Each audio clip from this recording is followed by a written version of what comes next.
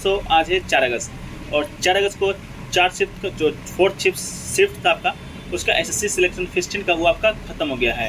तो दोस्तों जिनका भी एग्ज़ाम था आशा करते हैं कि अच्छा गया होगा।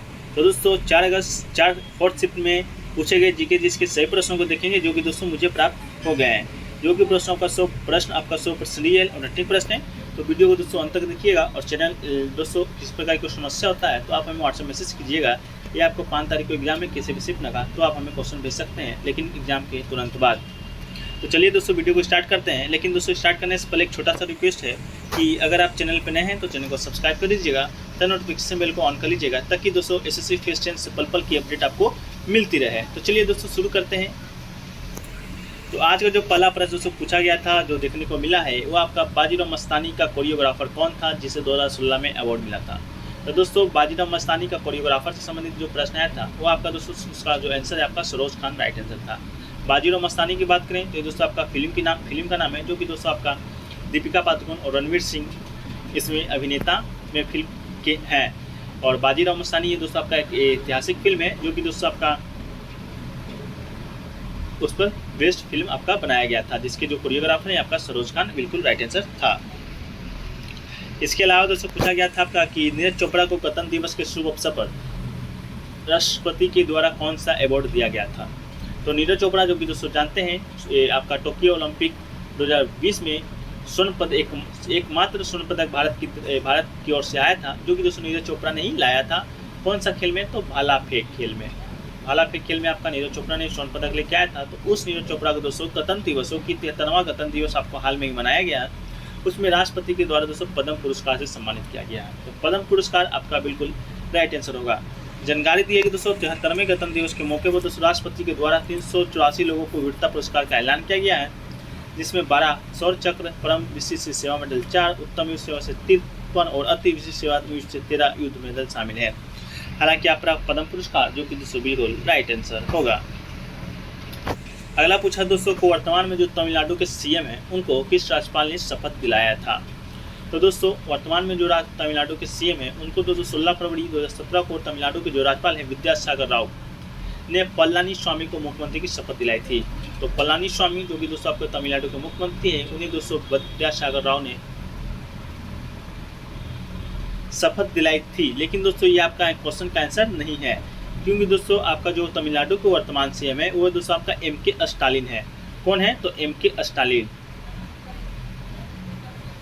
इसको नोट्स कर लीजिएगा, ये आपका जो पीडीएफ में गलती हो गया आपको पीडीएफ में सुधार कर दीजिएगा। तो एमके स्टालिन को शपथ किसने दिलाया था ये प्रश्न आपका आया था। तो दोस्तों ये इसका उत्तर नहीं मालूम है, आपको अगर मालूम है तो कॉमेंट सेक्शन में जरूर बताइएगा किसका जो एमके स्टालिन है जो कि तमिलनाडु के सीएम है उनको दोस्तों ये आपका शपथ कौन दिलाया था, किस राज्य के राज्यपाल ने दिलाया था।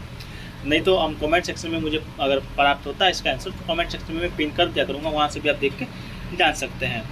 अगला पूछा गया दोस्तों पीएम स्वनिधि योजना किसके लिए शुरू किया गया था। तो दोस्तों पीएम स्वनिधि योजना केंद्र सरकार देश के गरीब वर्गों के लोगों के लिए तरह तरह की स्कीम लेकर आती रही है। इस स्कीम के जरिए दोस्तों सरकार लोगों को आर्थिक और सोशल सिक्योरिटी देती है। ऐसा स्कीम नाम है प्रधानमंत्री स्ट्रीट वेंडर्स आत्म योजना। पीएम स्वनिधि योजना दोस्तों इसका जो स्कीम है आपका से आर्थिक और सोशल सिक्योरिटी देती है।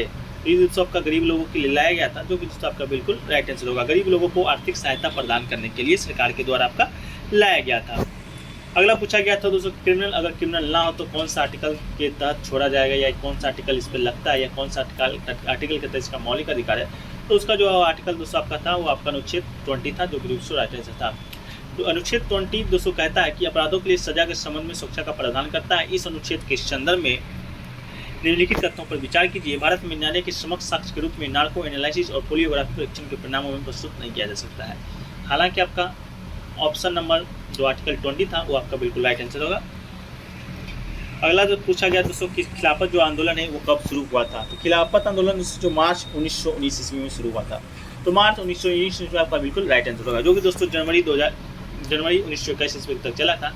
मार्च 1919 में बम्बई में खिलाफत समिति का गठन किया गया था। मोहम्मद अली, शौकत अली बंधु के साथ अनेक मुस्लिम नेताओं ने इस मुद्दे पर संयुक्त जन कार्रवाई की संभावना तलाशने के लिए महात्मा गांधी के साथ चर्चा शुरू की थी और सितंबर 1920 में कांग्रेस के कोलकाता अधिवेशन में महात्मा गांधी ने भी भाग लिया था। ये आंदोलन 1919 ईस्वी में लखनऊ से शुरू हुआ था। तो 1919 में दोस्तों आपका शुरू हुआ था, जो कि दोस्तों आपका बिल्कुल राइट आंसर है। इसके बाद दोस्तों चोल साम्राज्य से संबंधित एक प्रश्न देखने को मिला है इस स्क्रिप्ट में आपका। तो चोल साम्राज्य जो कि प्राचीन भारत का एक राजवंश था दोस्तों, दक्षिण भारत में पास के अन्य देशों में तमिल चोलों ने शासकों ने 9वीं शताब्दी से 13वीं शताब्दी के बीच अत्यंत शक्तिशाली हिंदू साम्राज्य का निर्माण किया है। तो देखिएगा प्रश्न क्या था। इससे तो चोल समाज का जो प्रथम शासक है विजयालय था, जो कि दोस्तों चोल समाज का स्थापना भी किया था। अगला दोस्तों कथक से रिलेटेड एक प्रश्न भी आया था। तो कथक नृत्य उत्तर भारतीय शास्त्रीय नृत्य है दोस्तों, जो कि उत्तर प्रदेश का आपका नृत्य है। हालांकि कथक जो प्रसिद्ध आपका नृत्यकार है आपका पंडित बिरजू महाराज से संबंध अपना आते रहे। पंडित बिरजू महाराज जो कि दोस्तों लखनऊ घराने से संबंधित है। तो कथक नृत्य उत्तर भारतीय शास्त्रीय नृत्य है। कथा कहे सो कथक कला है। कथक शब्द का अर्थ कथा को नृत्य रूप से गठन करना है। प्राचीन काल में कथक को कुशली के नाम से भी जाना जाता था। ये बहुत प्राचीन शैली है, क्योंकि महाभारत में भी इस कथक का वर्णन है। मध्यकाल में इसका संबंध कृष्ण कथा और नृत्य से था। अगला दोस्तों एक प्रश्न आपका आया था, किसी से संबंधित आपका आया था। तो उसका जो राइट आंसर होगा दोस्तों आपका बाल एवं महिला संस्कृति मंत्रालय आपका बिल्कुल राइट आंसर था। तो बताइएगा कौन सा आपका प्रश्न आया था। हालांकि दोस्तों इतना ही प्रश्न हमें आज के से प्राप्त हुए हैं। तो आपको भी मालूम होगा तो आप भी कमेंट सेक्शन में प्रश्न को बताइएगा, उसका आंसर है कमेंट में आपको दे दिया जाएगा। तो दोस्तों वीडियो कैसा लगा वो भी कमेंट सेक्शन में बताइएगा। अगर अच्छा लगा तो वीडियो को लाइक जरूर कीजिएगा और दोस्तों में अधिक से अधिक शेयर कीजिएगा। और चैनल पर नए हैं तो चैनल को सब्सक्राइब कर लीजिएगा। वीडियो देखने के लिए धन्यवाद। जय हिंद, जय भारत दोस्तों।